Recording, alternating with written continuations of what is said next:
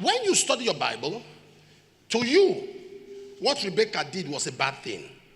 By conniving with Jacob to supplant and subvert the blessing of Esau. To you, it was bad. But to Rebekah, she was doing the right thing. Everything Rebekah did to her was the right thing. Why? When the children were born, there was a prophecy that the younger shall serve, the elder rather shall serve the younger. That was the prophecy. That Esau shall serve Jacob. And Rebekah knew it is the blessing that empowers the prophecy. So when she saw the blessing going to Esau, she said, no, I will fight for the prophecy. She was fighting for the prophecy on her son. That's what she was fighting for. And what did she do? Because she knew that the father must feel. The father must feel every son that comes to his presence. The father must feel every son that appears before him. Even though the father was physically blind, but he must feel the warmth. That is what happens when we come before God. God must feel you. You cannot be in his presence and your mind is half-hearted.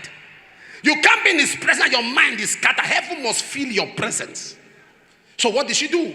She killed an animal and put it as a garment. That's what happened. Because you cannot approach God in your physical capacity, Christ was killed. And you wore him as a garment. Now we have access.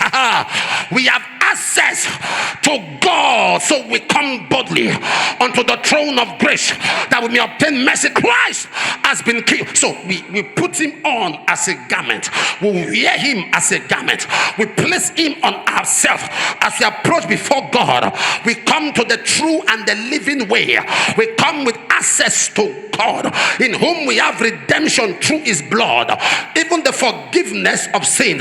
So we have come before God, and that was what Rebekah was doing. Rebekah wanted to hasten and facilitate the prophecy by connecting Jacob to the blessing. But hear me. When Esau came, Genesis 27:36, he said to the father, is there still one blessing left for me? All through the life of Jacob, we see a young man who was trying to survive by himself. A young man who, to him, every opportunity has to be maximized.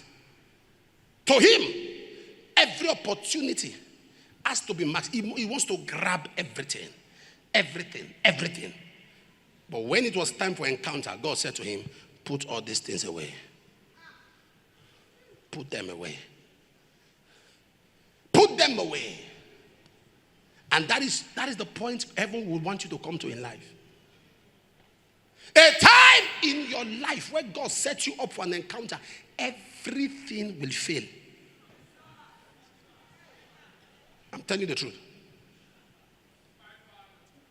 Everything will, every single thing. If you still have where your heart is dependent on, then you are not ready for this journey that's coming.